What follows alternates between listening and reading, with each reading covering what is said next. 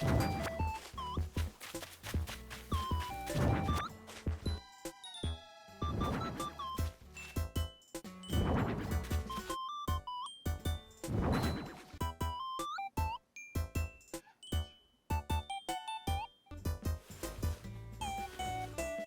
we go. I'm all set up for Halloween now. It's finally October. You guys know what that means. It's time to celebrate everyone's favorite pagan holiday about the dead and getting candy. Halloween, or goth Christmas. Pumpkin spice lattes are in the air and leaves are falling down. And it's finally getting cold. Besides the normal traditions like warding off the dead and knocking on your neighbor's door and demanding candy, one of the bigger traditions people do during Halloween is watch horror films. While horror films could be enjoyed any time of the year, from Easter to Christmas to Labor Day, the point is there's many horror films out there, and Halloween is when most of the horror creatures are spotlighted. From your cult classics like Frankenstein, the werewolves, vampires, and of course, zombies. Zombies, the undead, the walkers, the ghouls, the living dead. Now, while most cultures have an undead creature of some sort in their mythology, the term zombies that we know nowadays usually come from Haitian culture, from voodoo magic. Nowadays, zombies usually come from humankind's hubris, a virus, aliens, and of course magic, but mostly it's because of scientists. The evil, evil scientists. Now, zombies are pretty terrifying. They're only able to walk, except when they don't. They're always mindless, except when they aren't. And they can't be communicated with in any way, except when they can. It seems that both Hollywood and video games seem to want to give zombies traits that make them less intimidating and tense. I mean, like, the whole point of zombies is that they're slow-moving, unyielding, they can't be stopped. One bite and you're turned into one. The whole world is utterly doomed in a zombie apocalypse. But there's no need to worry, as scientist and president of the I Hate Pluto Club, Neil deGrasse Tyson, once said, "Without a functioning circulatory system distributing oxygenated blood, a zombie's muscles would succumb to rigor mortis. They couldn't even stand, let alone walk. And they'd have no desire to eat brains because their fatty tissue would have stopped producing the hormone leptin, which triggers the sensation of hunger in the first place." I'm just saying. So we're all good. There's no chance zombies could ever happen. Ever. There's no way that Hello there, you wonderful people. I hate to be the bearer of bad news, but as you could probably hear, zombies are banging down my door. So it looks like we got officially a zombie outbreak happening outside in the world. Here's your top 10. Okay. Zombie apocalypse is happening. Alright, well that's fine. What I've learned from the years of watching zombie movies and playing zombie games is that you have to stick together to survive. And with my family totally deserting me, I've been left for dead. Well, windows are boarded up, got my gun. Guess I'll just sit here patiently and wait and be eaten by a monster. How should I pass the time? Well, I guess I could play a cooperative zombie game, you know, to keep with the whole survival thing, but what game should I play? Dead Rising is a single-player only game, and Dead Island, Dying Light are abominations. Wait, what did I say a few minutes ago? I've been left for dead. Ah, there we go. I'll play Left 4 Dead. That's a zombie game created by the same company whose biggest update recently was adding snakes to a map. Welcome to Team Fortress 2. After 9 years in development, hopefully it will have been worth the wait. Left 4 Dead was a multiplayer zombie shooter released on Xbox and Windows in 2008. Developed by Turtle Rock Studios till Valve acquired it right before the game released, the game was a critical success, and it saw a sequel exactly a year later. It developed games like Evolve, never played it, and Back 4 Blood, a spiritual successor of sorts to Left 4 Dead, which was actually released today. Alright, now that I dated this video, we can begin. And the game starts 2 weeks after the first infection, and it follows 4 survivors: Bill, Francis, Lewis, and Zoe. After Bill picks a zombie's nose and proceeds to wipe it off Francis's vest, it's revealed that they're changing. Cause you know, the next big step in evolution is fat guy that explodes.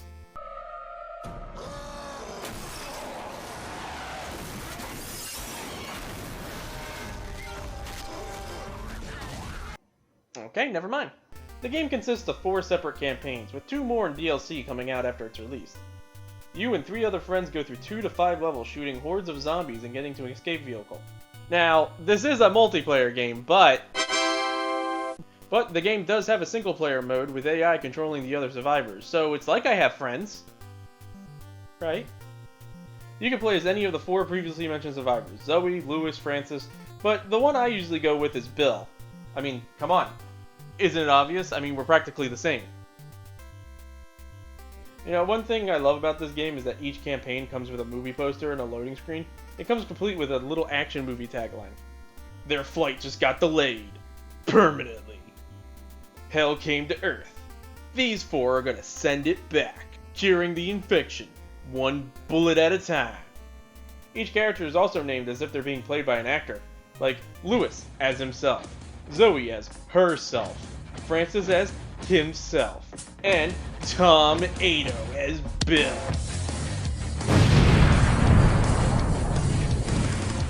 The first level starts you off on the roof that the group ended up on in the opening scene, which is really cool in all honesty. Yeah, I kind of love that kind of continuity.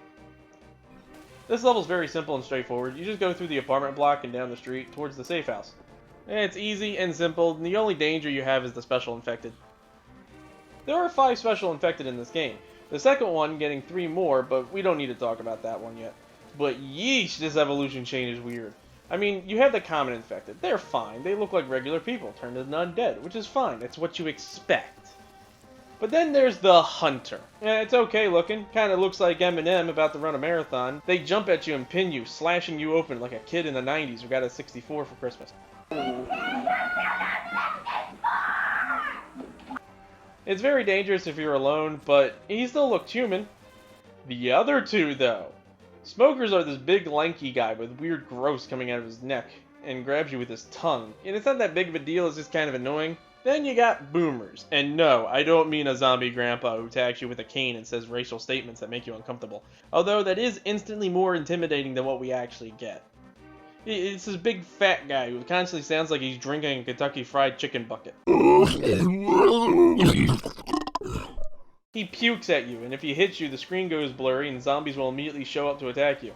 And here's the kicker. When they die, which is extremely easy because they have like no health, they'll explode, and if you're in the vicinity, you get hit, and the zombies still attack you. Then there's these 2, the tank and the witch.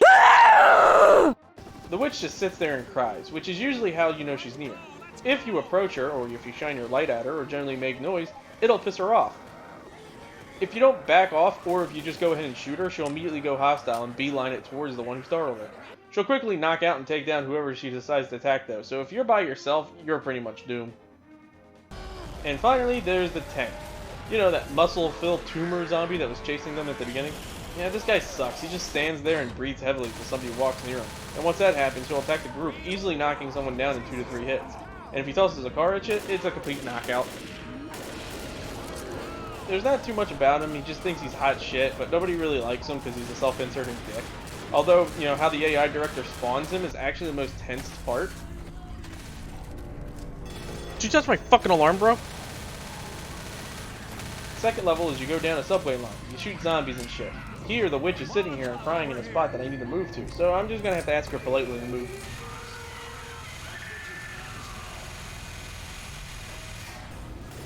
Once that's all done, you go into the sewer and go out in front of a hospital. Scale up the hospital, and here we go to an elevator, where you have to sit and wait. It's gonna alert the horde, so you gotta stand right here and shoot the zombies. But it's fine. Up the elevator, we appear to arrive in an unfinished part of the hospital. Oh no, another tank. It's alright, I'm ready for it. We can... This is where the tank's at its most dangerous. One hit and you get thrown across the room, off a high enough place, and you'll die. And unfortunately, in single player, when you die, the whole chapter is going to reset. When your AI companions die, though, they'll come back after a minute or 2 in one of the spawn points. I understand why that mechanic's there, but the AI companions should be able to go after you die, so you can just sit there and watch them and yell at them like you're playing an actual multiplayer game. Final level in this campaign is the Rooftop. You climb up to the roof and you talk to a helicopter pilot who will come to your rescue. After several waves, along with 2 tanks. In this part, if you die, you die. No respawns, all you have to do is sit and watch, unless you're the single player. And if you do die, the game will put you in memory in the credits. And that's about it. It's just a simple arcadey run and gun, go from point A to point B game. It's got 4 campaigns with 2 coming in later with DLC. The next campaign is Crash Course. The first DLC made the bridge No Mercy, and the next campaign Death Toll. This campaign is the shortest, with only having 2 levels. And this is probably a good part to talk about the AI. The AI is not great at all. While possibly very accurate, they seem to not be very effective in shooting common infected. Tanks, if not dealt with properly, will take an AI out. Chances are they'll die.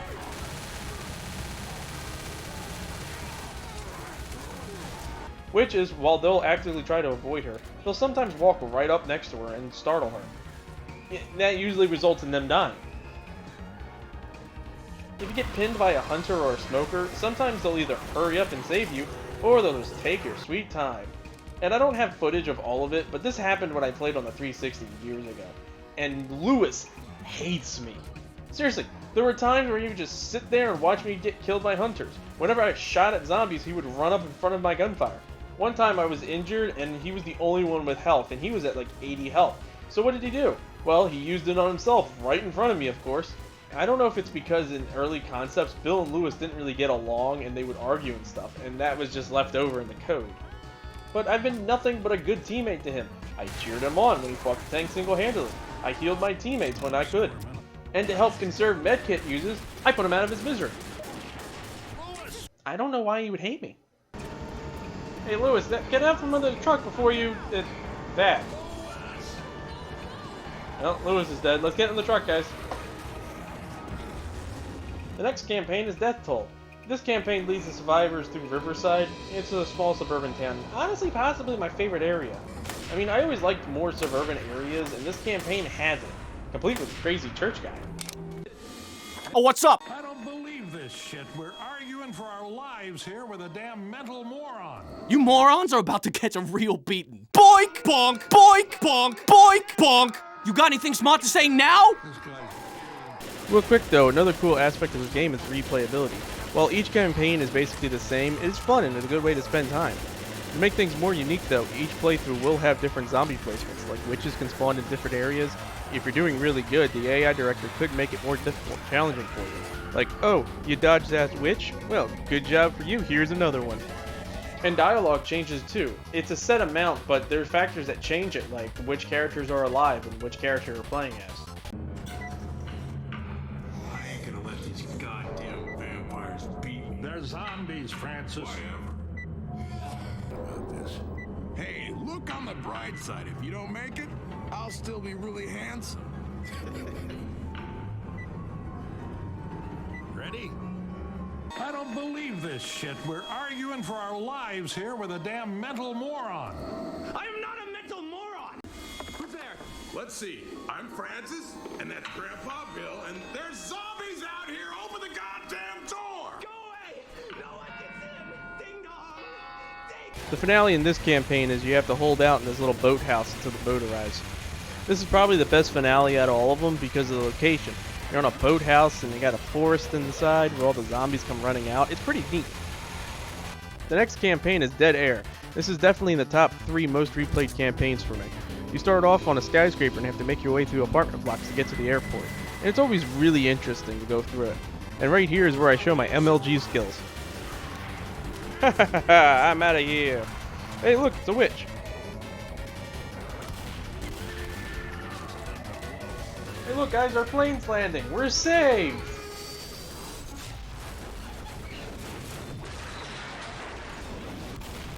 Oh no.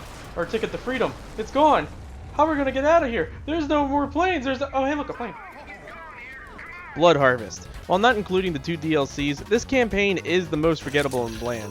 You go through the forest to farmlands. I keep mistaking this campaign with Death Toll by how similar the beginning levels are. The last level in this campaign is you hold out in a house in the middle of a farmland until the military vehicle comes out to save you. Kinda like Death Toll. The truck has arrived. Let's move on. And the truck's arrived. And, hey, where's the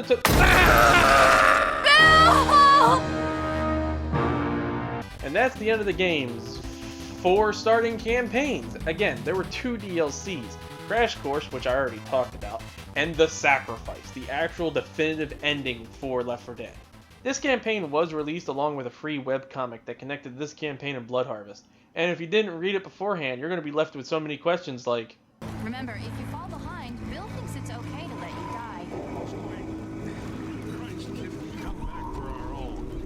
Hey, let's move. Everyone stay together. Yeah, or Bill will leave you behind. Why is Zoe mad at Bill all of a sudden? I don't even. That's not too bad. You can really determine what happens through dialogue in this campaign, but fuck this campaign! This campaign is the second shortest with 3 levels, but each level to me was really difficult. Tight areas to move around and zombies everywhere, and the port finale is where the campaign does get its name.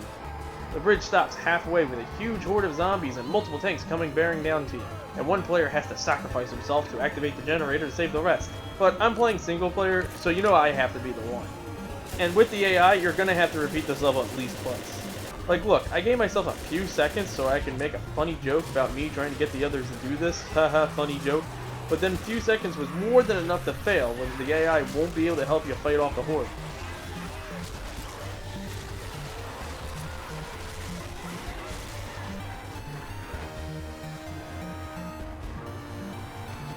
So what you need to do is, the minute you hit the switch, throw a pipe bomb and immediately go to the generator to win.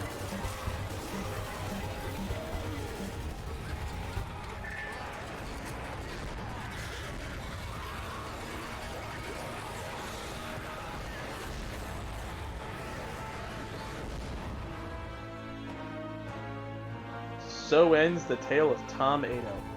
There's also multiplayer and survival mode. Alright, well, I think I'm fully prepared for a zombie apocalypse now, so I guess I'll just sit here and wait till food runs out or I get bored before I head out. I should try to find more companions too, because I found out that real-life humans are what you need in a zombie apocalypse. This just in, folks. As you could probably hear, I jumped the gun a little bit in calling this thing a zombie apocalypse. As it turns out, the people banging down the door were just the interns who got high in the bathroom and smelled the bag of Doritos I had opened up. So, my bad. Here's Jim with the weather. Oh. So, no zombies then? I should probably take the boards down. Hey Tom, it's Bob from the office down the hall.